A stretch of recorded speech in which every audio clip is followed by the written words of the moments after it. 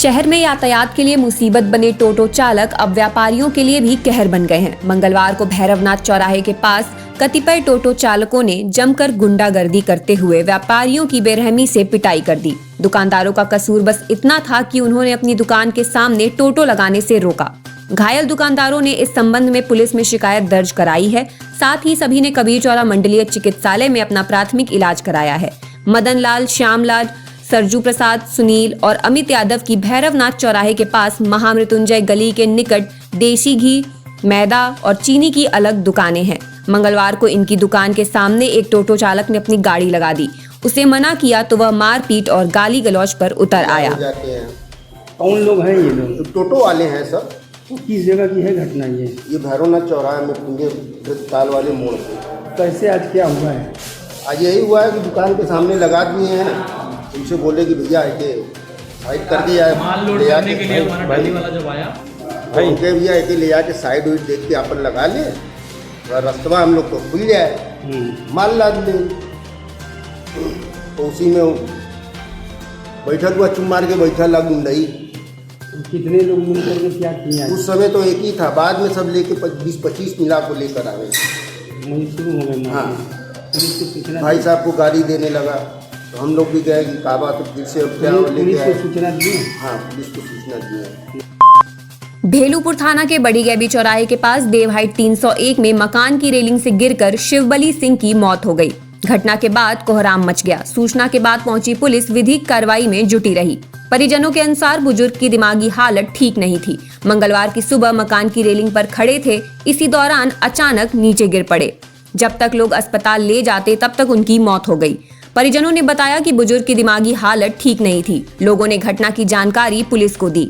मौके पर बजरडीहा चौकी प्रभारी प्रभाकर सिंह पहुंचे। पुलिस विधिक कार्रवाई में जुट गई।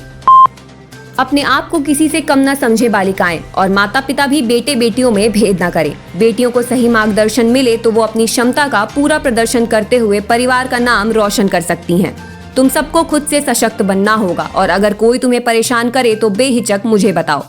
ये बातें मंगलवार को वाराणसी पुलिस की लेडी सिंघम के नाम से मशहूर हो चुकी एसीपी चेतगंज शिवा सिंह ने कही। शिवा सिंह सिगरा स्थित अस्मिता चाइल्ड लाइन में बालिका दिवस पर आयोजित कार्यक्रम में भाग लेने पहुंची थी। बहुत सारे प्रोग्राम्स ऑर्गेनाइज करे हैं और जो एक्सपर्ट्स आए हैं उन्होंने बच्चों को मोटिवेट करने का भी काम किया है, तो इसी क्रम में हम यहाँ पर आए हैं। क्या कहना चाहेंगे बालिकाओं के लिए बालिका दिवस है?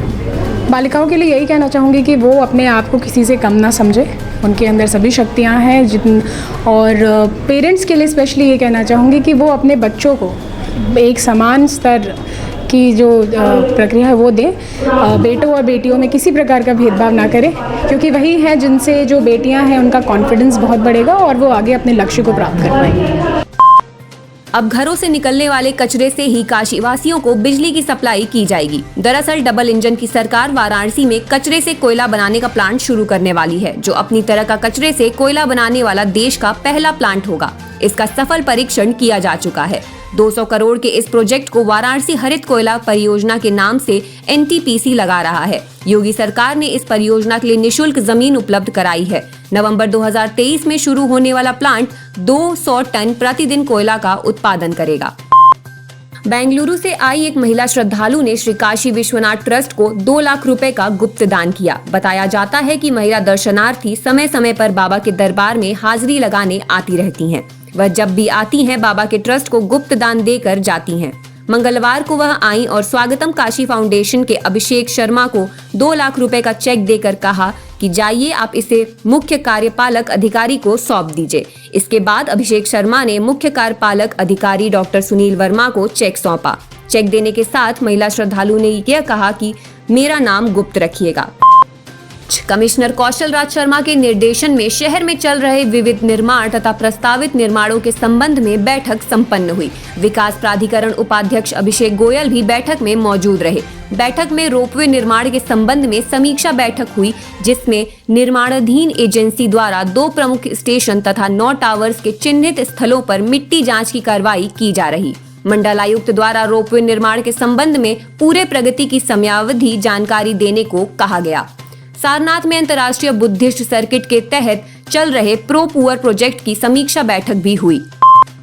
गणतंत्र दिवस 26 जनवरी को बसंत पंचमी पर श्री काशी विश्वनाथ का 358वां तिलक उत्सव धूमधाम से मनाया जाएगा। इस बार खास बात यह है कि बाबा उस दिन स्वदेशी खादी परिधान धारण करेंगे।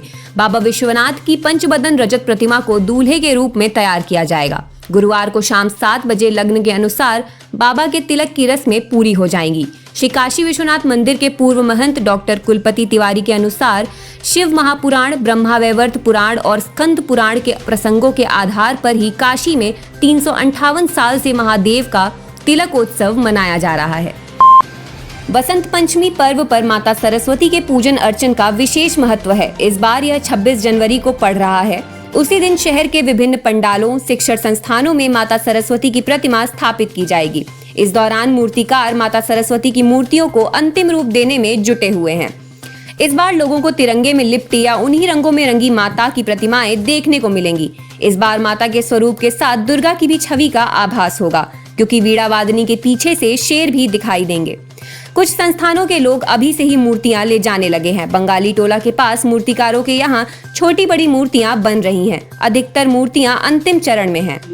तो पूजा होने जा रहा है अगले साल से। अब इस साल में क्या देखने को मिलेगा नया? देखिए, नया दिन में इस साल 26 जनवरी में जो मूर्ति बनाएगा उसमें मैंने आपका भारत माता के रूप में जो दिया गया, उसमें पीछे डेकोरेशन करके उसको दिया गया, इसमें नया रूप में।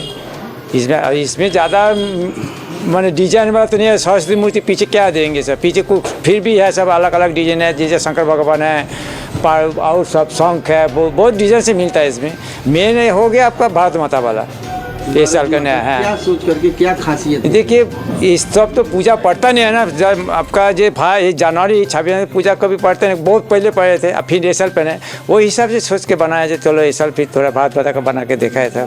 तो दादा, आप इस वर्ष कैसी बिक्री है आप लोगों की? देखिए, बिक्री माने बहुत पहले से खराब हो गया एकदम, बहुत खराब हो गया एकदम। महामना मदन मोहन मालवीय ने 1916 में वसंत पंचमी के दिन काशी हिंदू विश्वविद्यालय की नींव रखी थी। इस बार विश्वविद्यालय का 108वां स्थापना दिवस मनाया जाएगा। समारोह को भव्य और धूमधाम से मनाने की तैयारी चल रही है। स्थापना दिवस पर लगभग सभी संकायों की ओर से झांकियां निकाली जाएंगी। इस बार छोटी बड़ी कुल 40 झांकियां बीएचयू का गौरवशाली इतिहास बताएंगी।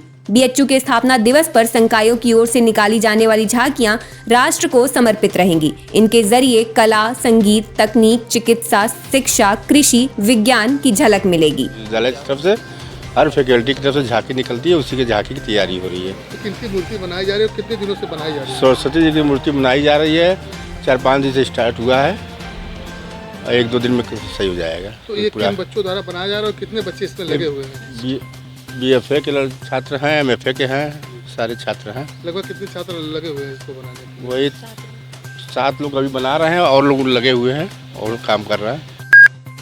बेनियाबाग राजनारायण पार्क में उत्तर प्रदेश दिवस का भव्य आयोजन किया गया। राज्य मंत्री रविंद्र जायसवाल, जिलाधिकारी एस राजलिंगम व अन्य ने दीप प्रज्वलित कर इसका शुभारंभ किया। कार्यक्रम में यूपी के इतिहास व विशिष्ट उत्पादों पर प्रदर्शनी लगाई गई। वहीं उत्कृष्ट कार्य करने वाले महानुभावों को सम्मानित किया गया। राज्य मंत्री ने कहा कि हर जिले में यूपी दिवस मनाया जा रहा। 24 जनवरी 1950 को यूपी अस्तित्व में आया। इस साल का थीम इन्वेस्ट व रोजगार रखा गया है।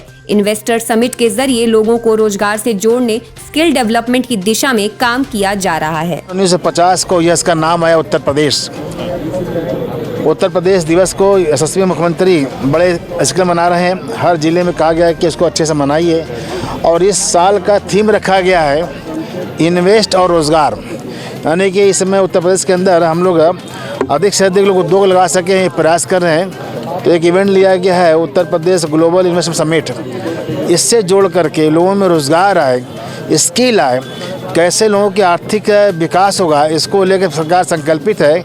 और आज का जो दिवस है इसको भी हम ऐसे मना रहे हैं। इस दिवस में कुछ लोगों को पुरस्कृत भी किया जाए। हाँ, जो क्या है कि सबका सहभागिता हो, सहभागिता बढ़ाने के लिए ये चित्रकला के कंपटीशन हो रहे हैं, अन्य कार्यक्रम हो रहे हैं। ये 3 दिवसीय कार्यक्रम है। आज शुरुआत हो रहा है, 24 है, 25 है, 26 है। इस वर्ष का इसको मनाया जा रहा है। कितना सहयोग राशि है लगभग? उत्तर प्रदेश सरकार के अलग अलग कार्यक्रम है, लेकिन आपसे मेरा आग्रह है कि सभी को जिस गांव में पैदा हुए हैं, जिस जिले में पैदा हुए हैं, जिस प्रदेश में पैदा हुए हैं, जिस देश से पैदा हुए हैं, उसके उत्सव को मनाना चाहिए।